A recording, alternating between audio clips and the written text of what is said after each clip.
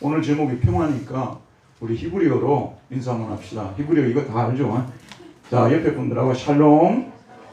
네, 근데 이제 헬라어도 한번 합시다. 맨날 샬롬을 죽을 때까지 우려먹지 말고 헬라어로는 에이레네라고 해요. 에이레네. 옆에 분들하고 에이레네 한번 합시다. 에이레네. 예, 우리는 우리 교회는 히브리어 헬라어를 유창하게 구사하는 교회입니다. 단어 아닐지라도. 자, 오늘 제목은 맡긴다면 거시고입니다.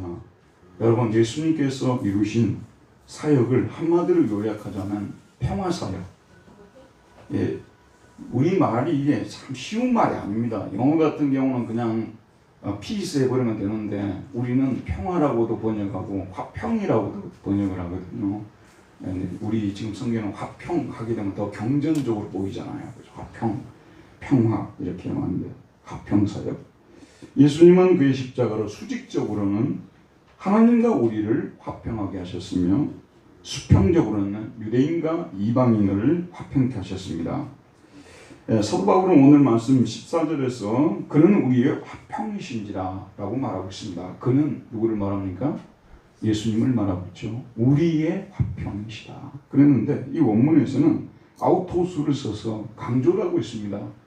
그 자신이 다른 사람들이 아니라 그 자신이 영어로 himself입니다. 그 자신이 우리의 화평이시다. 이렇게 말하고 있어요.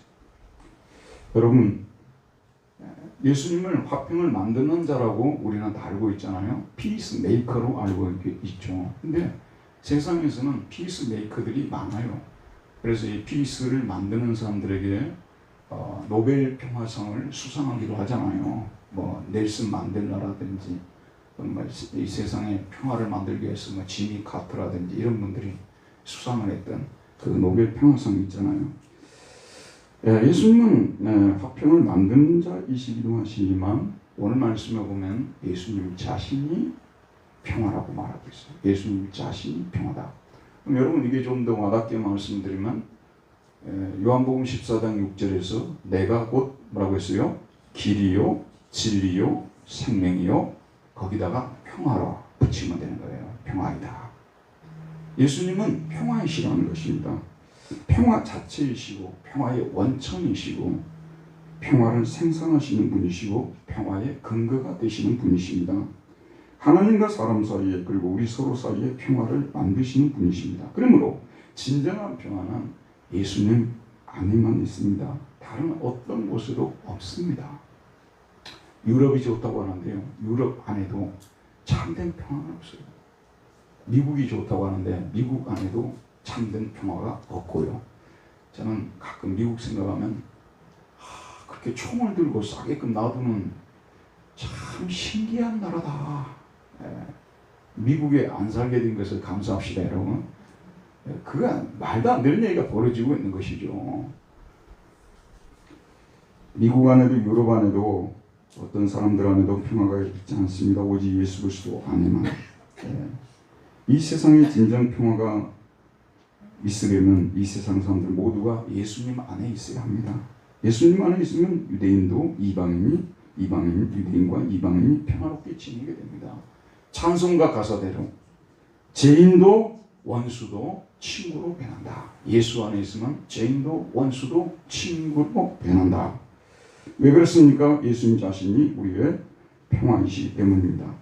여러분, 우리가 기독교인이 되고 우리가 한 교회에 이렇게 함께 예배를 드린다고 해서 서로 평화롭게 지낼 수 있는 것은 아닙니다. 자동적으로 평화가 보장되어지는 것은 아니죠.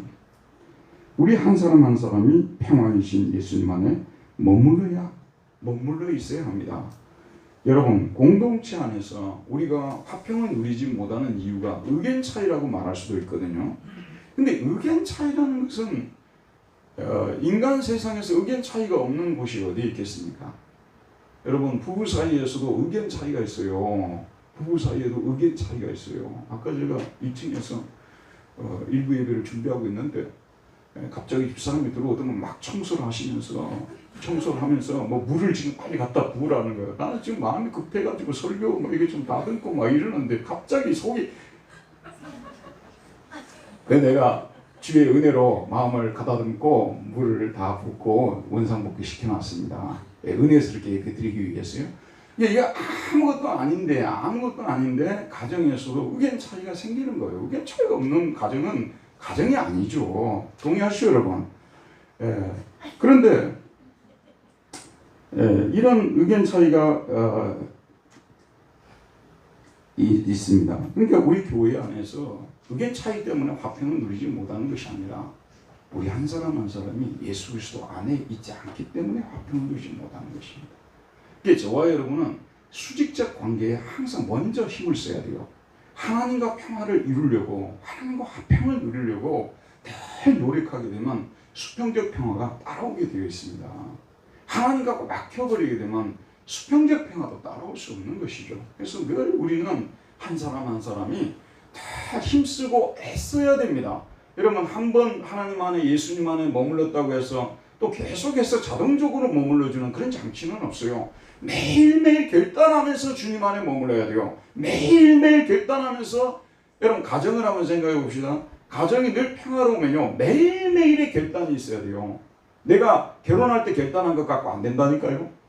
한 달 전에 결단한 것 갖고 안 돼요. 매일매일 결단하고 내 자신이 십자가를 지고 가정의 평화를 위해서 내가 희생을 해야 되겠다, 그런 생각을 가지고 매일매일 살아갈 때 가정의 평화가 있는 거 아니에요. 교회 안에서의 화평도 마찬가지입니다. 매일매일 내가 나를 버리고 주님 안에 머물기 위해서 내 생각을 버리고 주님의 생각을 따르려고 하고, 그럴 때 이 교회 안에 평화가 이루어진다는 말씀이 되는 것입니다. 우리가 서로 화평하게 되기 위해서는 우리 모두가 예수님 안에 거해야 합니다. 왜냐하면 예수님은 우리의 화평이시기 때문입니다. 예수님께서는 우리의 화평으로서 우리를 하나님과 화평케 하고 우리 서로와 화평케 하시기 위해서 화평의 방해물들이 되는 모든 것들을 제거해 주셨습니다. 여러분, 우리 서로가 화목하지 못하고 화평하지 못하는 방해물들이 있기 때문에 그래요. 걸림돌들이 거기 항상 놓여 있어요. 그것들을 제거해 줘야 되는 거예요.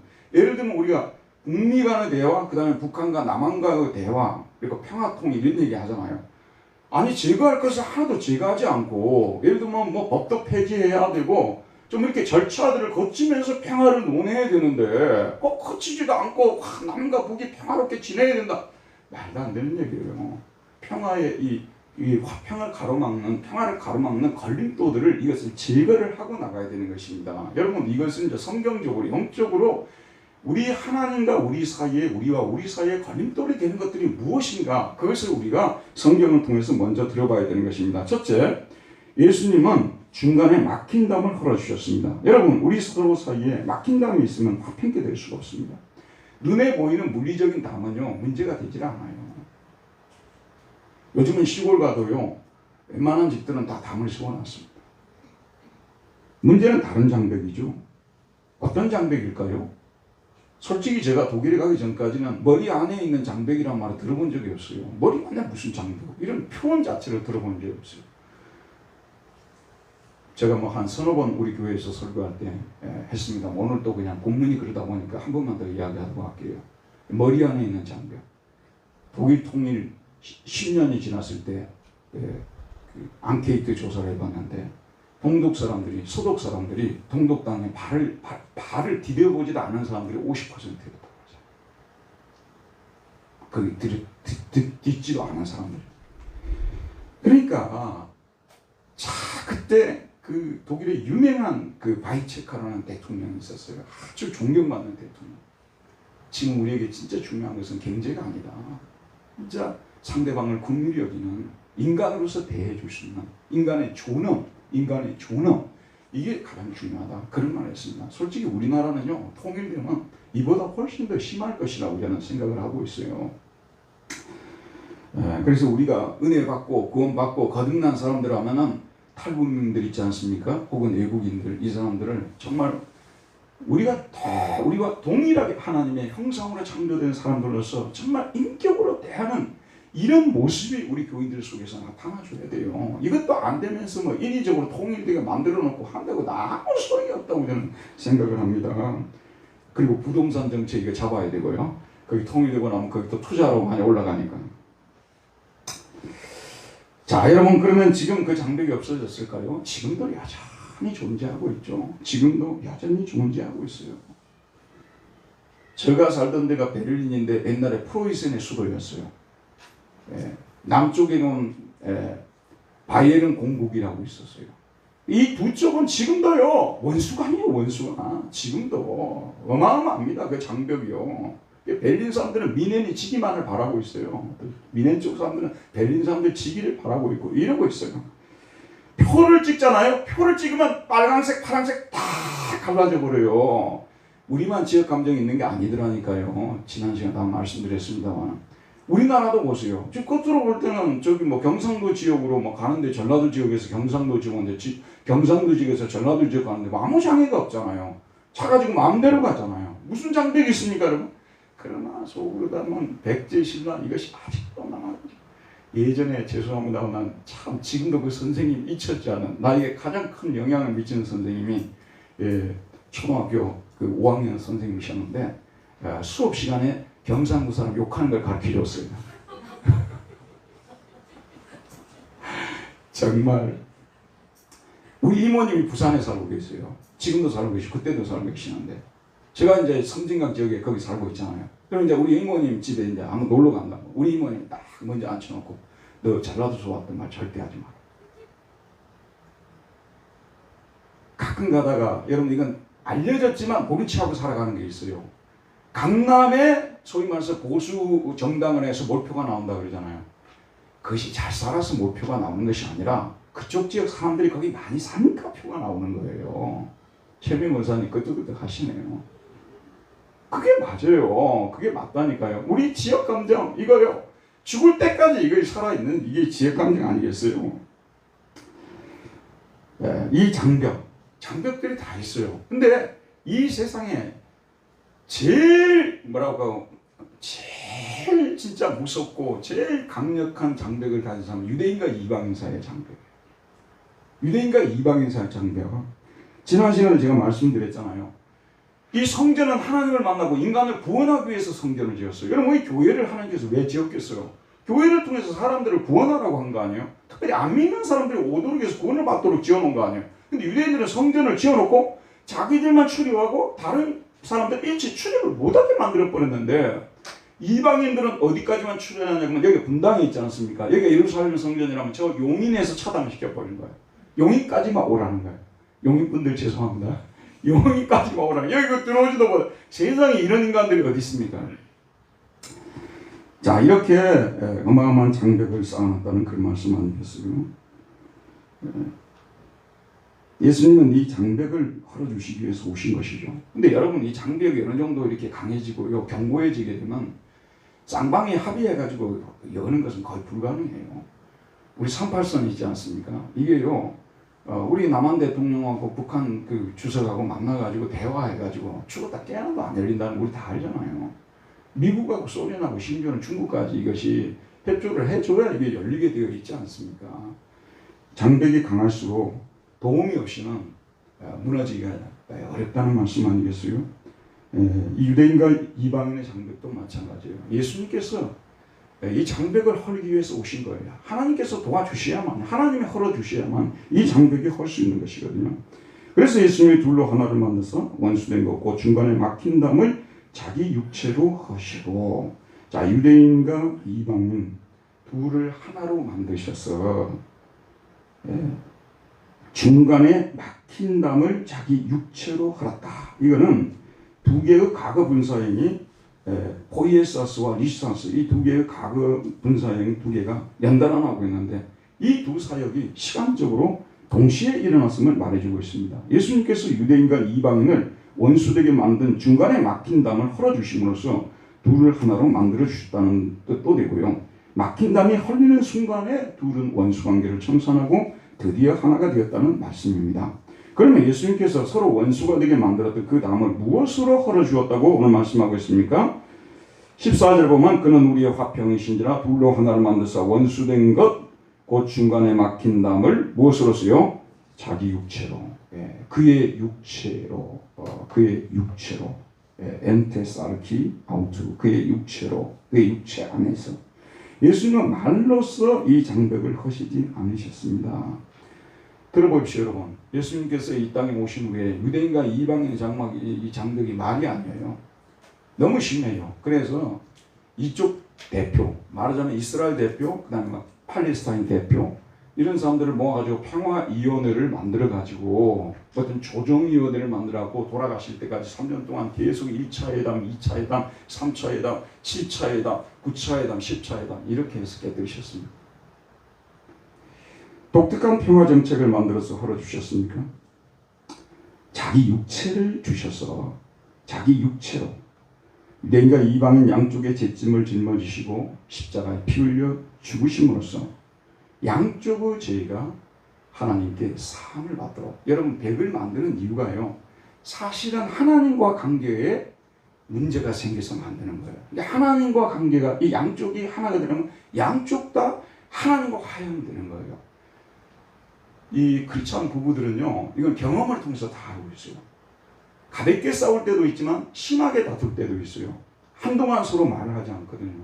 우리 크리스찬 부부들이 어떻게 해결하냐면, 그때는 대화가 안 되죠. 속이 상했는데 대화가 되겠어요. 각자가 하나님 앞에 나서 무릎을 꿇습니다. 용서해달라고. 제가 잘못했습니다. 서로가 하나님과 하나님 앞에 죄를 자백하고 하나님으로부터 죄사함을 받게 되면 남편이 아내가 긍휼히 여기는 마음이 생기는 거 아니겠어요. 그러면 스스로 담을 헐고 장벽을 뛰어넘어서 가서 미안하다고 말하면서 화해되는 것이니까, 살아본 사람들은 대부분 알아요. 진짜 어려운 때는요, 대화가 서로 안 되니까 하나님께 여러분, 기도한다는 것을 그저 그냥 가볍게 생각하지 마십시오. 기도는 힘이 있어요. 하나님은 의인의 기도를 들으신다고 말씀하시고 의인의 기도는 역사하는 힘이 있다고 말씀하셨어요. 그래서 여러분, 하다가도 안 되면 기도하세요. 하다가도 안 되면 딴 방법 쓰지 마시고요, 기도하세요. 그게 정말 올바른 방법이에요. 그래서 하나님께 기도하는 가운데서 이와 같이 서로를 용서하고자 하는 마음을 갖게 되면서 자발적으로 벽을 헐게 되는 거 아니겠어요? 자, 여러분, 하나님께서 이 유대인과 이방인이 화해하기를 바라는 거예요. 그러면 이게 이제 상징적으로, 비유적으로 말씀을 드리면 예수님이 자신의 몸을 쪼개셨어요. 유대인 쪽에 반을 보여주시고 이방인 쪽에 반을 보여주셔서 하나님의 마음을 가지고 설득을 하는 거. 그게 십자가 사건이에요. 그래서 여러분, 들어보세요. 여러분, 십자가의 은혜를 받은 사람들은 하나님과 화해를 이룬 건 할 것도 없이 정말로 까다롭고 힘들고 나를 고통스럽게 만드는 그런 사람들과도 화해할 수 있는 데까지 가야 되는 것입니다. 그게 복음의 능력인 것입니다. 그렇게 하라고 우리 주님께서 이 땅에 오셔서 십자가 지신 거 아니겠습니까? 그래서 자기 육체로 막힌 담을, 원수된 거고 막힌 담을 헐어주시고, 이건 가장 바깥에 있는 벽이라고 볼 수가 있어요. 근데 그 벽을 헐었더니 그 안으로 딱 들어가니까 무슨 벽이 또 하나냐면 두 번째 벽을 헐어야 되죠. 그 벽이 뭐냐면 율법의 벽이에요. 예수님은 유대인과 이방인들이 서로 담을 쌓게 만들고 원수되게 만들었던 좀 더 근본적인 벽, 원인을 아셨습니다. 그 원인이 무엇입니까? 바로 유대인들이 그토록 자랑하던 율법이었습니다. 유대인과 이방인과는요, 서로 대화가 통할 수가 없습니다. 지금도 마찬가지예요. 유대인하고 이방인하고 식당에 갔어요. 갔는데 딱 들어가 보니까 거기에 붙여놓은 메뉴 중에서 토끼탕이 거기에 있어요. 우리 시골에서는 토끼 잡아가지고 탕에 뭐 먹고 그랬어요. 어렸을 때. 그래서 토끼머리, 선생님들이 토끼 잡아 먹으려고 우리 토끼머리 시키고 그랬어요. 수업 안 하고 토끼머리 가러 다니고 그랬습니다. 근데 토끼탕. 근데 이방인들이 볼 때는 토끼탕 얼마나 맛있어요? 먹기 힘든데 그럼 토끼탕을 시키겠다. 유대인들이 자기는 토끼탕 율법에 금지되었기 때문에 못 먹는 거야. 그러면 돼지 불고기를 먹자고 한단 말이요. 돼지 불고기 얼마나 맛있어요? 또 유대인이 뭐냐면 율법에 돼지고기 먹지 못하게 돼 있으면 부정한 음식이니까 먹지 못한다. 그러니까 이제 이 사람을 쳐다보는 거 아니에요? 너하고는 다시 식당 안 해야겠다. 그 생각 하겠어요? 안 하겠어요? 할 수밖에 없는 것이죠. 그럼 같이 밥도 안 먹고 그러면은 이것은 멀어질 수밖에 없는 거예요. 그러면 율법 때문에, 그 유대인들의 그 율법 때문에 서로가 갈라져 버리는 거예요. 그럼 우리 인간 세상에서 진짜 그래요. 어느 한쪽이요, 너무 자기 생각을 강하게 주장을 해버리면요, 절대 이것이 화목이 이루어질 수가 없습니다. 그러니까 우리는 인간이고 하나님이 아니잖아요. 우리 인간이기 때문에 우리의 생각이 항상 옳은 것만이 아니라는 생각을 가질 수 있어야 돼. 유연성이라는 게 나오는 것이거든요. 그래야 대화가 되고 화목이 되는 거 아니겠어요? 근데 유대인들이 너무 강하게 율법을 주라. 근데 유대인들에게 율법은 사실은 뭐냐면 생명줄이나 마찬가지. 유대인 하게 되면 떠오르는 이미지가 뭐냐? 율법. 유대인 이퀄 율법이에요. 저기 정체성이죠. 유대인들이요. 율법 때문에 살고 율법 때문에 죽는 그런 사람들을 볼 수가 있는 거 아니겠어요? 그런데 자, 이방인들을 바라보게 되면 이건 율법도 없이 사는 사람들 아니에요?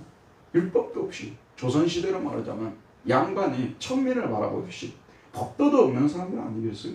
그래서 율법이 결국은 양쪽을 갈라놓는 담을 만드는 원인이 되는 거 아니겠습니까?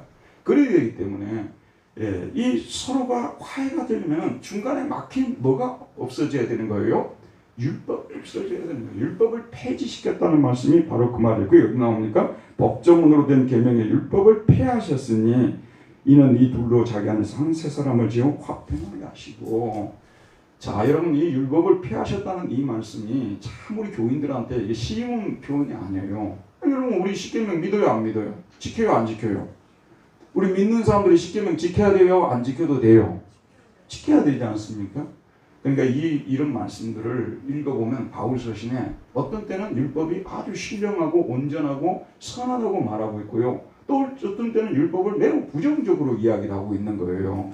그래서 율법에 대해서 우리가 정리를 잘 해야 되는데, 본래 율법을 하나님께서 주신 목적은 무엇이냐고 하면 유대인들이 율법 사용을 잘못한 거예요. 원래 율법을 주신 목적은, 여러분 이거 잘 들으셔야 됩니다.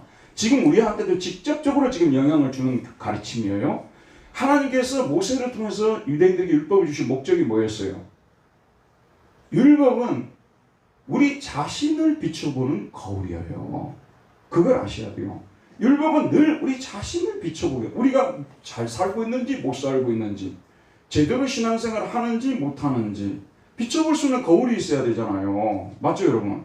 그 거울이 율법이에요. 그럼 우리가 율법 앞에 가서 비춰보게 되면 대부분이 타고난 죄성으로 인해서 율법을 제대로 준수하지 못하기 때문에 우리는 율법 앞에서 겸손해질 수밖에 없어요. 근데 율법 앞에 가면 다 겸손해져야 정상인 것이고. 이해하시겠죠? 그러면 또 율법은 또 한 가지 기능은 무엇이냐면요, 다른 사람에 대해서 관용하는 마음을 가지게끔 만드는 거예요. 왜냐하면 내가 온전하지 못하고 나도 이 모양인데 내가 누구를 판단할 수 있겠냐, 그런 말씀 아니겠어요? 여러분, 우리 하나님께서 우리에게 평화를 주는 것은 겸손을 통해서 주는 거예요. 평화는 겸손한 마음에 임하는 것입니다. 물은 낮은 곳에 임하는, 낮은 곳으로 내려가는 것처럼 하나님의 평화는 겸손한 마음 속에 이게 채워지는 거 아니겠습니까? 그러니까 율법은 우리를 겸손하게 만들기 위해서 온 거예요. 그리고 이웃에 대해서는 관용하는 마음을 갖도록, 그게 본래 율법을 주신 목적 아니에요. 맞죠, 여러분?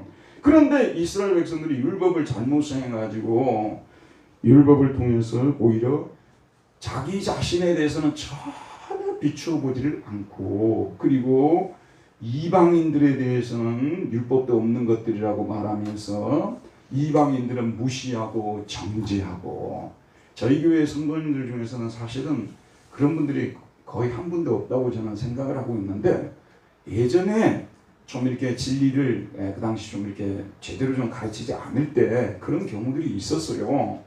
교회의 성도라고 하시는 분들이 너무 세상적으로 별로 본의 안 되면서도 바깥에 나가면 본인이 너무너무 좀 괜찮은 사람이라고 생각하고 다른 사람들을 판단하고 막 정죄하고 상처 주고 이런 경우들이 있었다는 말씀 아니겠어요? 유대인들이 그렇게 산 거예요. 그런데 이방인들이, 들어보세요 여러분, 이방인들이 누가 좋아하겠어요? 자, 여러분, 저와 여러분 그리스도인들 아니에요, 맞죠? 근데 우리가 예수 안 믿는 분들 있죠? 이방인들이 있어요. 그걸 가가지고 우리가 이야기를 하게 될 때, 정말로 나도 당신과 똑같은 죄인이라고, 나도 정말 당신한테 내세울 것도 없다고, 나 같은, 그래서 내가 이렇게 죄가 많아서 나는 교회를 다닌다고, 하나님께서 당신을 기다리고 계신다고 하면서 그 사람들에 대해서 긍휼적인 마음으로 접근하면 이방인들하고 우리 싫어하겠어요, 여러분? 나는 안 싫어한다고 생각해요. 아무리 그 사람들이 기독교에 대해서 이를 갈고 있으면 모르겠습니다만, 웬만한 사람들은 그렇게 접근을 하게 되면 마음의 문을 열게 돼 있어요. 근데 우리가 거룩한 체하고 막 우리가 잘난 체하고 막 이렇게 막 나가게 되면 다 거부하는 거 아니겠어요? 그래서 이제 이 율법을 유대인들이 잘못 사용한 것에 대해서 지적을 하고 있는 거예요. 그리고 이제 이 율법 대신에 아예 하나님께서 다른 장치를 해버린 거예요. 우리를 만나고 우리를 구원해 주시는 다른 장치. 바로 예수 그리스도를 보내셔서 십자가로 제사함을 받게 하시고 그 다음에 율법 대신 무엇을 보내신 거예요? 성령님을 보내주셔서 성령님이 우리를 인도하도록, 우리를 가르치도록, 우리를 명령하도록. 그래서 저와 여러분이 매이는 법은 이제 누구의 법밖에 없어요? 모세가 준 율법에 매이는 것이 아니라 우리가 누구의 법에만 매이는 거예요? 성령의 법, 생명의 성령의 법에 우리가 매이는 거예요. 학교 선생님으로 말하자면 율법 선생을 폐하여 버리고 새로운 선생님, 성령님을 보내주신 것이라는 말씀입니다. 아시겠죠? 자, 저와 여러분들은 누구를 통해서 하나님께 가까이 갈 수 있습니까? 예수 그리스도를 통해서. 그 다음에 우리 믿는 백성들은 지금 누가 우리를 지도해 가고 있는 거예요? 성령님께서 지도를 해가고 있는 것입니다. 율법에 우리는 매이지 않아요. 우리는 율법으로부터 자유롭게 되었어요. 그래서 우리는 성령에 매여서 예수의 이름으로 하나님께 나가서 하나님과 교제하고 모든 좋은 것을 받아 누리는 상황에 들어오게 된 것입니다. 그러면 우리 그리스도인들에게 율법이 필요 없느냐? 들어보세요, 여러분.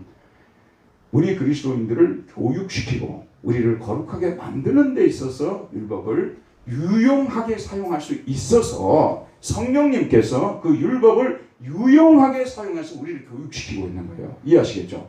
자, 그러면 아까 율법을 주신 용도가 뭐라고 했습니까? 우리 자신을 비춰보는 거울이라고 했죠.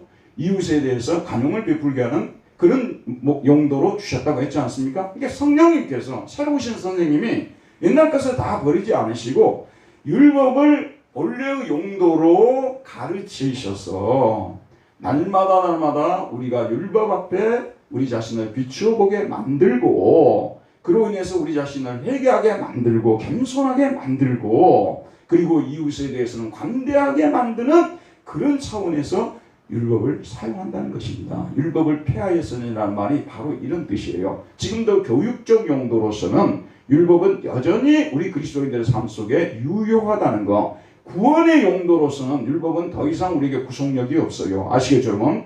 율법 여러분이 안 지켜도 구원을 못 받는 게 아니에요. 잘 들으세요. 이렇게 말하면 근데 율법을 안 지켜도 그러니까 여러분이 안 지켜도 어떻게 구원을 받는 이런 얘기 하지 마세요. 아예 여러분이 못 지키고 있어요. 안 지키는 게 아니라 못 지키고 있어요. 지키라고 해도 죽었다 깨어나도 못 지켜요. 그래서 하나님께서는 우리가 못 지키는 줄 아시고 예수 그리스도를 통해서 그분이 율법을 성취하게 만드시고 그 다음에 그분의 순종과 그분의 십자가로 우리의 죄를 용서하시고 우리와 교제를 맺는 새로운 방법을 강구하신 거예요. 이게 새 언약 아니겠습니까? 새 언약. 그래서 저와 여러분들은 새 언약에만 매여 있는 거지 옛 언약에 매여 있는 게 아니에요. 그러나 우리가 구원받은 신자로서 이 율법을 아주 선용할 수 있다는 것이죠. 율법이 아니고서는 우리 죄를 비춰볼 수 있는 거울이 어디 있냐고 말이에요. 아무리 21세기가 왔지만 거울 봐요, 안 봐요? 거울 보십니까? 안 보십니까? 얼굴에 나는 너무 자신있기 때문에 거울까지 볼 필요 없다 하시는 분들이 있어요. 거울 다 보지 않습니까? 우리 자신을 비춰보는 거울은 십계명이에요. 그게 자꾸 우리가 비춰봐야 돼요. 예수님이 십계명 해설을 마태복음 5장에서 7장까지 해설해 주셨잖아요. 십계명이 무슨 뜻인가? 보십시오, 여러분. 형제를 향해서 나가라 하는 자마다 공의에 잡히게 되고 이 멍청이 같은 녀석 이런 얘기도 성경은 뭐라고 하냐면 살인이라고 말하고 있지 않습니까? 여자를 보고 음욕을 품는 자마다 가늠하겠다고 말하지 않습니까? 이걸 자꾸 비추어봐야 되는 거예요. 이 세상 사람들은 들어보세요. 이 세상 사람들은 성경적으로 얘기하는 것에 귀를 안 기울여요. 지금이 어느 시대인지 여러분 쇼 같은데 뭐 이렇게 TV에 나오는 그런 모습들을 보세요. 죄송합니다만은 지금 이제 소위 규범이라는 거 있지 않습니까? 이런 것들이 많이 깨져버렸어요. 오히려 탈선하는 사람들을 칭찬하고 굉장히 괜찮은 사람들이고 잘 나가는 사람들이고 오히려 높여주는 이런 시대 속에서 여자를 보고 음욕을 품는 자는 가늠한 자라고 이렇게 말씀하시는 것이 들려오겠냐고 말이에요. 형제를 향해서 나가라 하는 자는 공의에 잡히게 되고 이 말이 들어오겠습니까? 여러분 이 시대가? 그래서 여러분 이 시대 정신을 따를 것입니까? 이 시대 소리를 따를 것입니까? 아니면 하나님의 소리를 따를 것입니까? 저는요 간단해요. 왜 하나님께서 우리에게 십계명을 주시고 왜 죄 짓지 말라고 하냐면요.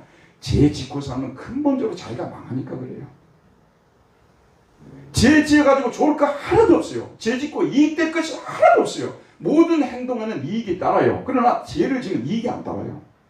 그래서 우리는 죄를 짓지 않으려고 애를 쓰는 것이고 날마다 십계명 앞에 비추어 봐서 날마다 세수하듯이 십계명 앞에 비추어 봐서 성령께서 십계명을 버리지는 것이 아니라 십계명을 사용해서 우리를 그러나 이 십계명은 구원의 수단으로서는 더 이상 유효하지 않다는 거예요. 하나님과 우리와 관계를 맺게 하는 데는 유효하지 않아요. 여러분 아시겠죠? 여러분 하나님과 관계를 맺고 하나님의 모든 복을 받아들이는 것은 예수 그리스도와 성령님을 통해서라는 것입니다. 자, 이런 의미에서 율법을 폐하셨다고 말씀하고 있는 것입니다. 그 다음에 세 번째, 이 둘로 자기 안에서 한 세 사람을 지어 화평하게 하시고 15절입니다. 15절 한번 읽어볼까요? 마지막으로 한번 읽읍시다. 15절 읽읍시다. 시작.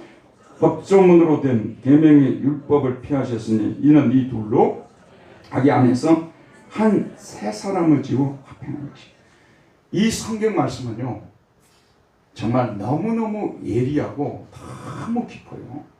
영국의 마이틴 로이드 존슨 목사님은 원래 이 사람이 왕립의료원의 의사였어요. 이분이 해부를 잘해요. 그래서 이런 구절 한 구절을 가지고 이렇게 길게 설교를 해요. 저는 그렇게 설교를 안 하려고 해요. 그렇게 설교를 하게 되면 이 예배소가 끝나려면 여러분 혹시 죽을 때 이제 끝날 수 있으니까 이게 그렇게 하는데 이 한 구절 한 구절에 깊은 의미가 있어요. 저는 그렇게까지 세부적으로 설교하지는 않습니다만 들어보세요.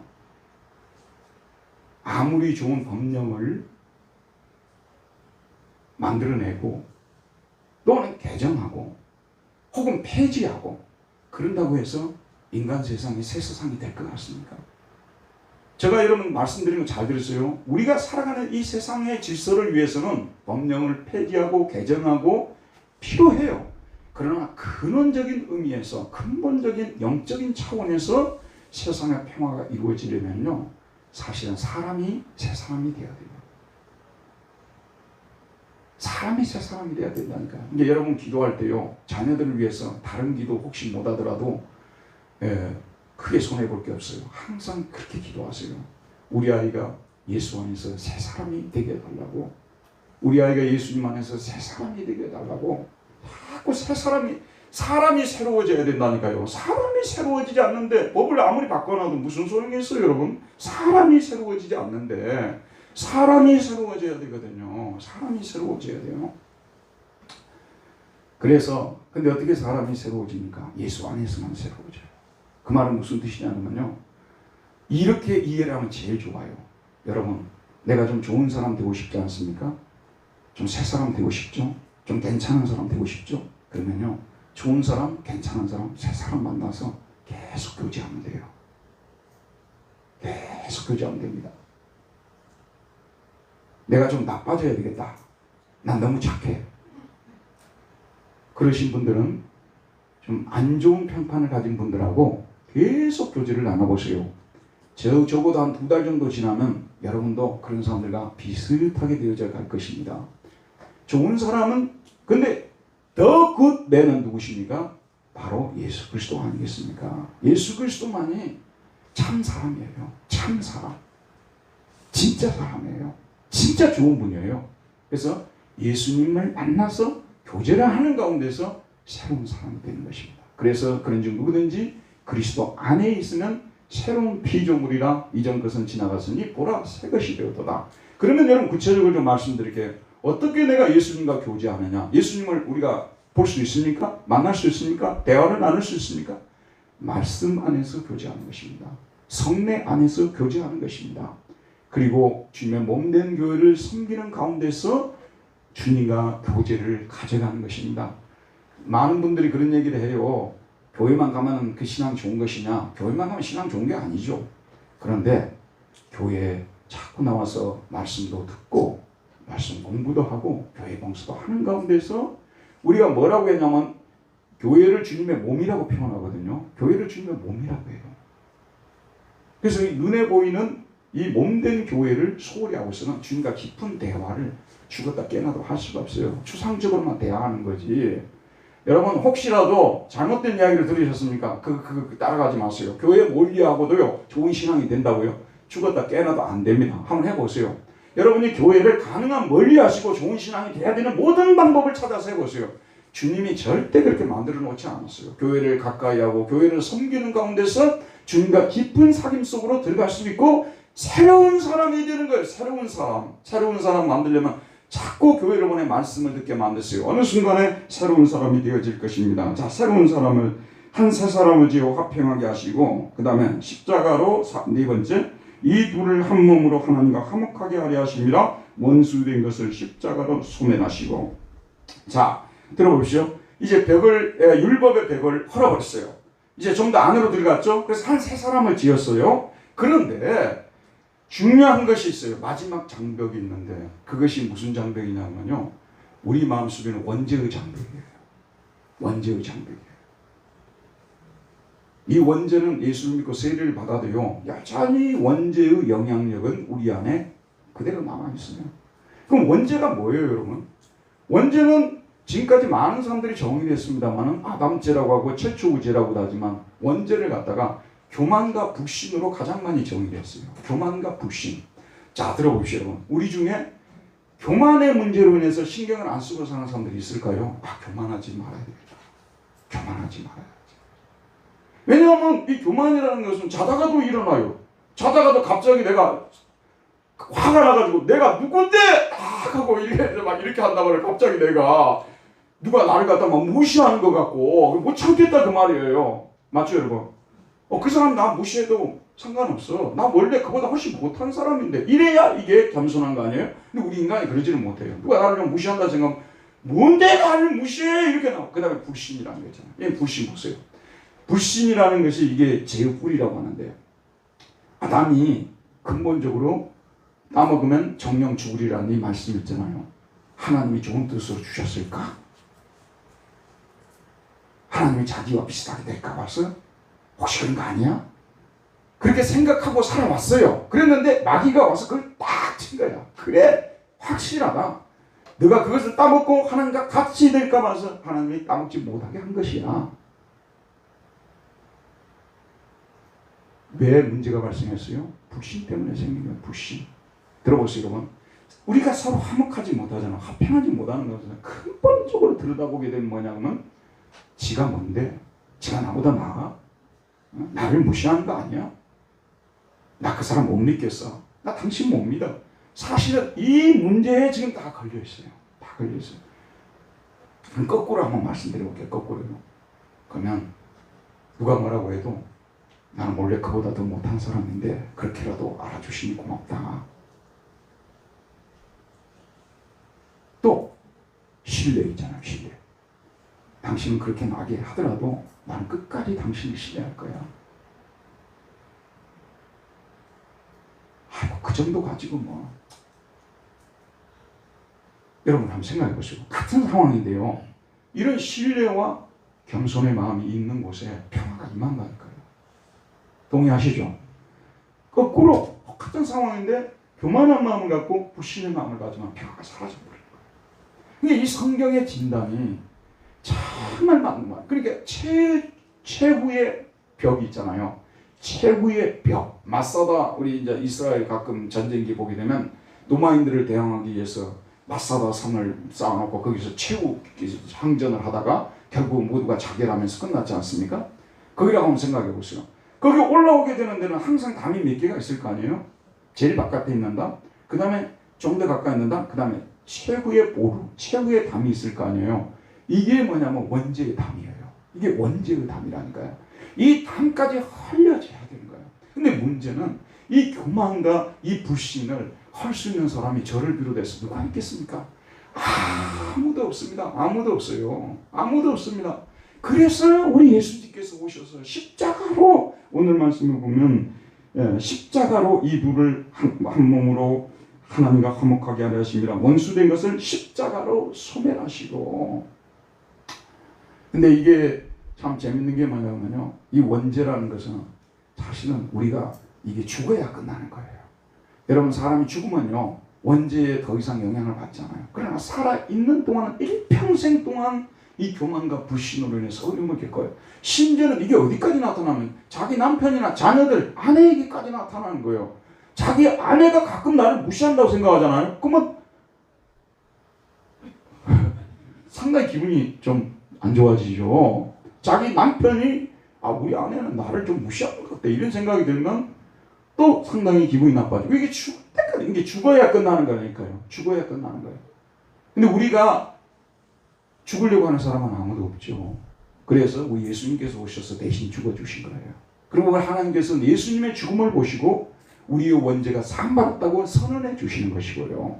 법적으로는 우리 원죄가 사함을 받았어요. 하지만 원죄에 가공할 만한 영향력은 죽을 때까지 우리가 가지고 살아야 되는 거예요. 이렇게 해서 마지막으로 원죄의 장벽까지 무너지게 될 때 드디어 하나님과 화평이 이루어지고 그 다음에 이웃과의 그런 화평이 이루어지는 거예요. 그럼 우리는 지금 평화를 이루는 방식을 알게 된 거 아니겠습니까? 그럼 우리가 날마다 하나님 앞에 나가서 법을 가지고 사람을 대하려고 하지 말고 법을 가지고 사람을 대하려고 하지 말고 사실 우리나라도요 가장 우리나라를 혼란에 빠뜨리고요 가장 우리나라에서 나쁜 사람들이 법 공부한 사람들이에요. 우리 교회에 그나저나 법대 누가 있나? 잘 모르겠네요. 근데 법 공부한 사람들은 아무리 법을 만들어내도 이리 빠져나가고 저리 빠져나가고 소위 정치하는 사람들 보게 되면 10명이면 한 7, 8명은 법대 출신들 아니에요. 이 법이라는 것은 사람을 살리려고 원래 주는 건데 죄를 제어하려고 준 거 아니에요. 그런데 이 법으로 사람들을 너무 많이 불쾌하고 고통스럽게 만들고 죽이는 거 아니겠습니까? 율법도 마찬가지예요. 율법도 이걸 이웃을 정죄하는 용어로 사용해버리게 되면요 이거 진짜 걷잡을 수 없는 상황이 되어지는 것입니다. 그러지 말아야 되겠다. 우리가 생각하는 거예요. 그러지 말아야 되겠다. 절대 사람을 법으로 대하지 말고 사랑으로 대해야 되겠구나. 사랑이라는 것은 뭐냐? 법을 안 지켰는데도 사랑하는 것이 사랑이에요. 법을 지켰는데 사랑하게 되면 그거는 뭐냐면 진정한 성경적 아가페의 사랑이 아니에요. 법을 안 지켰는데 사랑하는 이거 진짜 아가페의 사랑 아니겠어요? 그 다음에 더 나아가서는 원죄의 장벽이 무너져야 된다죠. 근데 원죄의 영향력이 계속 남아있다고 하죠. 들어보세요. 제가 이번 주에도 그랬어요. 이 설교를 준비하면서도 맞습니다. 정말 맞습니다. 저는요 아브라함아 너를 뜨는 우묵한 구덩이를 생각해보라. 이사야에서 나오는 말씀. 저는요 죄송합니다만 사대문 안에 산 사람도 아니고요 섬진강이 흐르고 흘러서 제일 끝에 남해 대교로 들어가기 전에 섬에서 저는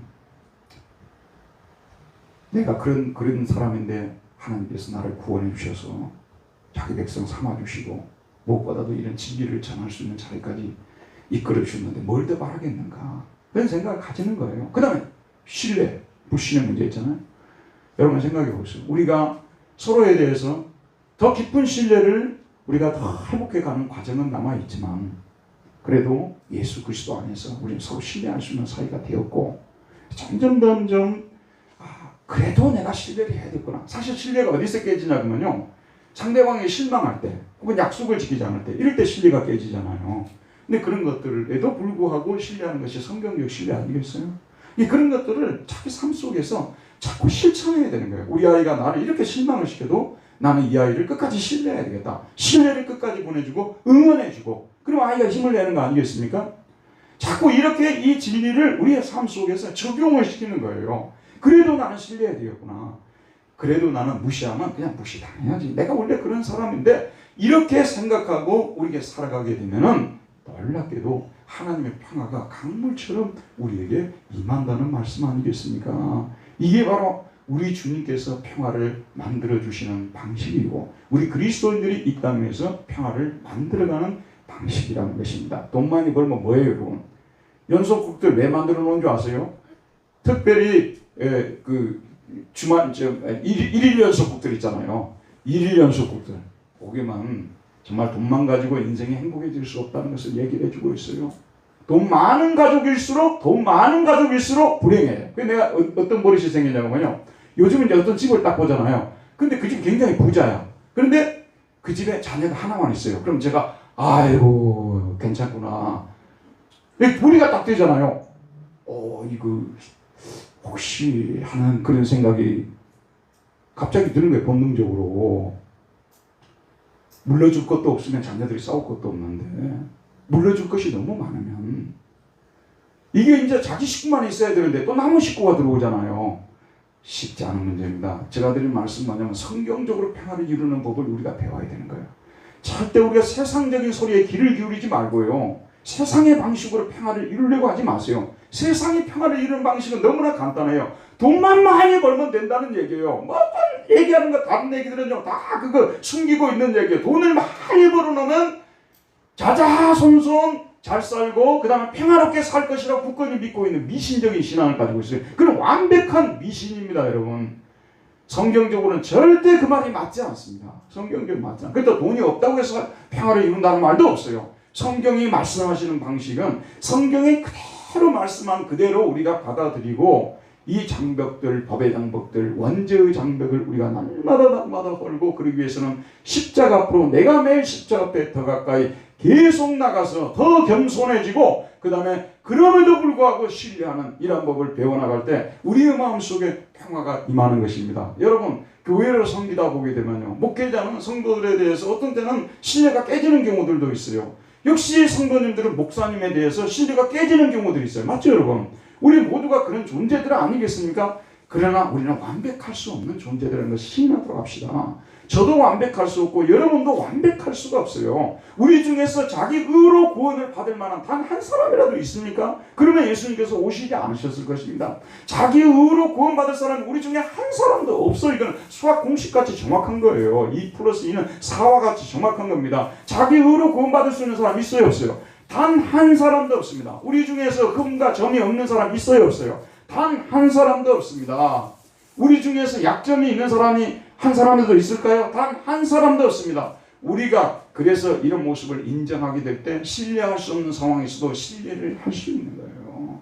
신뢰를 보내고 또 신뢰는 신뢰할 수 없는 상황 속에서 자꾸 신뢰를 보내주는 거예요. 자꾸 신뢰를 보내주게 될 때 신뢰는 회복이 된다는 거.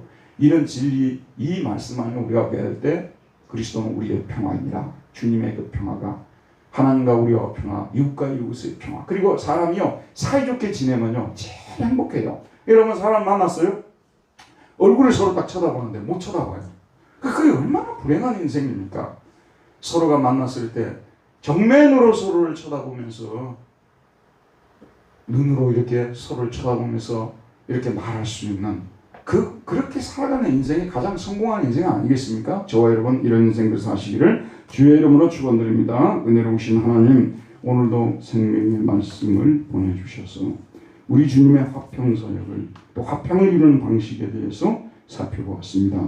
날마다 우리 주님이 가르쳐 주신 방식대로 행함을 통하여서 주님이 주시는 평화를 한없이 누리며 살아갈 수 있는 저희들이 되게 해주시고 이웃과도 하나님의 평화를 누리면서 살아가는 우리 모두가 되게 하여 주옵소서. 예수님의 이름으로 기도했습니다. 아멘.